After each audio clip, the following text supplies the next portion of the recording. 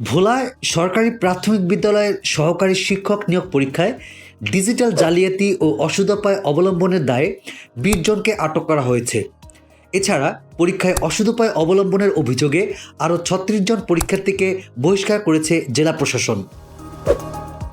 শুক্রবার ৯ জানুয়ারি জেলা শহরের ২৮টি কেন্দ্রে এই পরীক্ষা অনুষ্ঠিত হয়।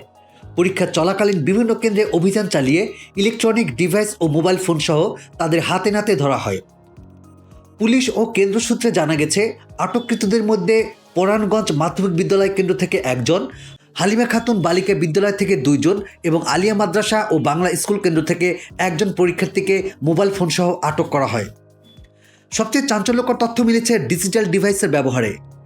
ঘুইংগারহাট মাধ্যমিক বিদ্যালয় কেন্দ্র থেকে ২ জন, আব্দুর রব স্কুল অ্যান্ড কলেজ থেকে ২ জন এবং কালেক্টরেট স্কুল অ্যান্ড কলেজ কেন্দ্র থেকে ২ জন পরীক্ষার্থীকে বিশেষ জালিয়াতি ডিভাইস সহ আটক করা হয়।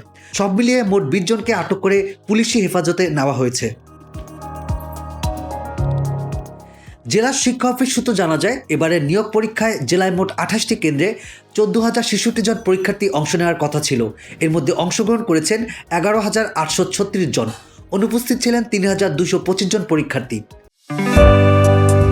টাইম টিভি বাংলা, সত্যি উন্মোচনের অঙ্গীকার।